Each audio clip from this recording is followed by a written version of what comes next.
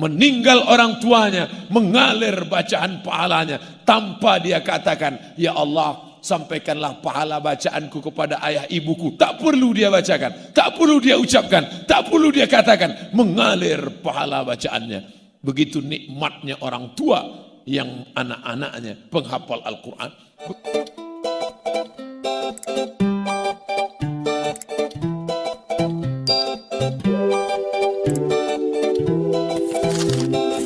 Alhamdulillah sampai sekarang masih sehat walafiat. Ustadz Somad mau disediakan pijit, di sini ada tukang kusuk pijit? Tidak, saya tidak pernah pijit, geli saya dipijit. Ustadz sehat walafiat? Alhamdulillah. Apa suplemennya? Tidak ada. Lalu kenapa Ustadz sehat sampai hari ini? Bayangkan, lebih 1000 anak tahfiz Al-Quran Iskarima, belum lagi jamaah 20.000 mendoakan. Yang paling kuat doanya adalah yang rapat-rapat bersama Ustadz Syihabuddin tadi. Berapa kali mereka rapat, ya Allah sehatkan Ustadz Somad supaya datang kemari. Sampai malam ini saja pun gak apa-apa ya Allah. Besok pagi didoakan pula oleh Islamic Center Jakarta, karena zuhur besok di sana. Besok malam didoakan pula oleh panitia di ulang tahun MPR. Artinya apa? Kita berharap doa orang lain. Bukan karena lidah kita, tapi karena ada lidah anak-anak yang bersih. Lidah anak-anak penghafal Al-Quran.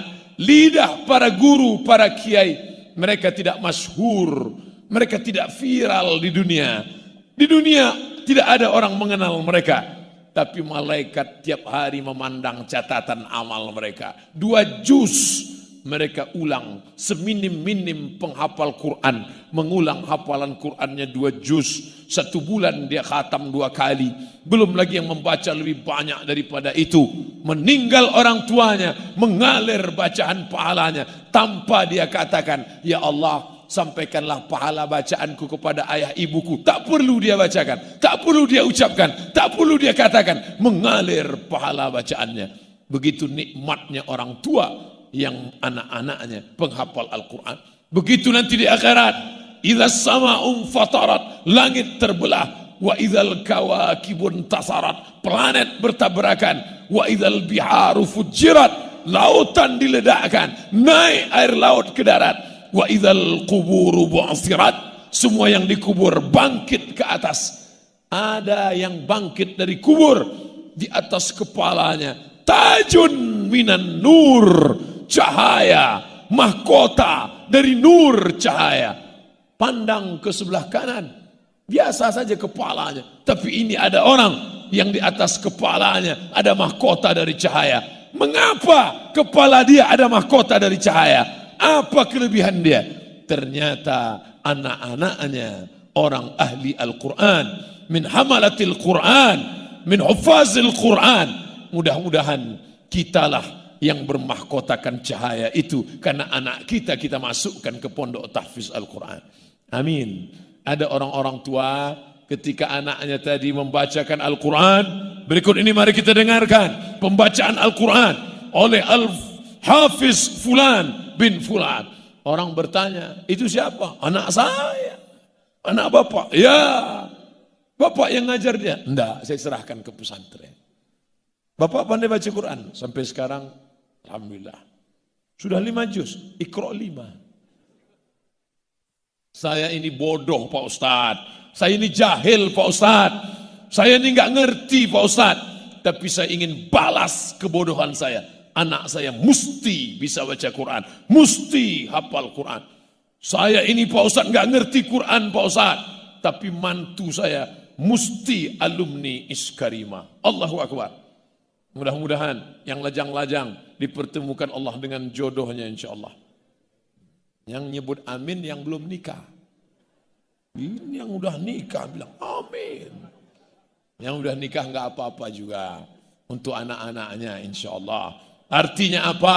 Paling tidak di keluarga kita itu syukur-syukur semuanya. Bapaknya, ibunya, anaknya, mantunya. Tapi ma la yudraku kulluh, la yutraku kulluh. Kalau tak dapat semua, maka jangan tinggalkan semua. Bapaknya nggak bisa, ibunya bisa. Ibunya nggak bisa, bapaknya bisa. Bapaknya nggak bisa, ibunya nggak bisa. Anaknya bisa, anaknya nggak bisa. Bapaknya nggak bisa, ibunya nggak bisa. Mantunya bisa, empat-empatnya nggak bisa. Innalillahi wa inna ilaihi raji'un. Apalagi yang akan diharapkan menghadap Allah Subhanahu wa ta'ala. Tapi indahnya masyarakat yang ada di sekitar Iskarima, andai bapaknya nggak bisa, ibunya nggak bisa, kamu ditanya malaikat, kamu bisa? Enggak. Istrimu? Enggak. Anakmu? Enggak. Mantumu? Enggak. Lalu apa? Tetanggaku bisa. Tonggoku iso iku. Sopo? Iskarima. Bapak Ibu yang dimuliakan Allah, melimpah rahmat dan barakah. Walau anna ahlal qura amanu, seandainya penduduk negeri itu beriman, wattaqau, bertakwa, la fatahna alaihim barakatin, kami bukakan barokah-barokah minas sama, dari langit, wal ard, dari bumi. Beriman, bertakwa, penghafal Quran, padi menguning, jauh dari hama, jauh dari wereng, jauh dari semuanya. Kenapa? Allah Ta'ala menjauhkan mereka dari bala, dari musibah, dari malapetaka, dari penyakit. Kenapa? Karena Al-Quran dibacakan. Surat Al-Baqarah yang dibacakan di dalam rumah, maka rumah itu tidak akan didekati setan. Bayangkan, satu gedung yang dibacakan surat Al-Baqarah tidak didekati hama. Bayangkan, ini bukan surat Al-Baqarah, 114 surat dibacakan oleh 1000 anak santri, maka dijauhkan Allah Ta'ala. Beruntung orang-orang yang tinggal masyarakat di tengah lingkungan. Andailah dulu tidak ada, tak tahu kita apa yang akan terjadi. Al-mahiru bil Quran, anak-anak yang hafal Quran, yang mahir Al-Quran, ma'as safaratil kiramil bararah, mereka akan dibangkitkan bersama para malaikat. Pandang ke kanan malaikat, lihat ke kiri malaikat, pandang ke depan malaikat, pandang ke belakang malaikat, atas malaikat, bawah malaikat. Aku manusia, kenapa aku bangkit bersama malaikat? Engkau bangkit bersama malaikat karena engkau mahir Al-Quran. Andai kita tidak bisa, paling tidak anak cucu keturunan kita, menantu kita, sahabat kita, anak yatim yang kita sekolahkan, anak fakir miskin yang kita biayai, bangkit bersama Al-Quran, bangkit bersama para malaikat karena keutamaan Al-Quran. Ada orang-orang nanti di akhirat bukan malaikat, tapi bangkit bersama malaikat. Tapi ada pula orang yang ketika bangkit dari kubur, pandang ke sebelah kanan, artis Korea, lihat sebelah kiri, Sanjay Dutt, lihat ke depan, Jet Li. Kenapa bisa begitu? Karena memfavoritkan orang-orang yang tidak mengenal Al-Quran. Oleh sebab itu maka ini semangat Al-Quran menjadi lingkungan, menjadi duta-duta Al-Quran. Ada sebagian orang berpendapat, untuk apa anak pondok tahfiz Quran? Paling-paling nanti jadi imam tarawih. Ini orang otaknya sungsang. Yang jadi imam di Jepang itu anak SMA, belum kuliah. Setelah dia pulang, dia kuliah. Dia bisa kuliah di mana? Universitas Negeri 11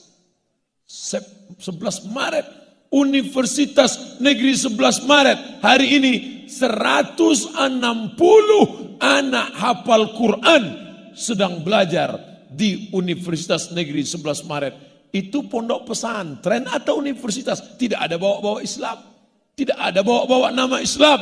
Itu apa? Universitas Islam. Itu apa? Universitas Al-Ikhlas, Universitas At-Taqwa, Universitas, tidak ada bawa-bawa Islam. Universitas Negeri 11 Maret, tapi isinya di dalam 160 anak penghafal Quran dengan berbagai jurusannya. Fakultas kedokteran, fakultas sains teknologi, fakultas keguruan, fakultas, artinya apa? Anak-anak kita yang hafal Quran bisa jadi apapun. Bayangkan kalau anak yang hafal Quran, hafal 30 juz, masuk ke fakultas kedokteran. Setelah itu dapat beasiswa jadi dokter spesialis.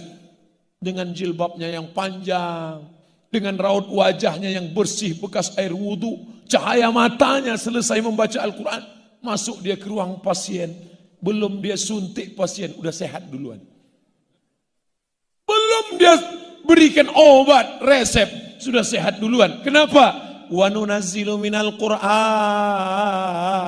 Kami turunkan Al-Quran. Ma huwa syifa, penyembuh, penyehat, penawar luka. Sembuh mereka. Apa kata ibu-ibu pasien yang berada di ruangan ICU? Masya Allah Bu Dokter, kalau ada anak lajangku, kupinangkanlah ke dokter ini. Ada pula pasien laki-laki di situ. Apa kata dia? Ya Allah, kalau meninggal istriku, kupinanglah ini. Itu beda ibu-ibu sama bapak-bapak. Ibu-ibu kalau ngelihat sesuatu ingat anak.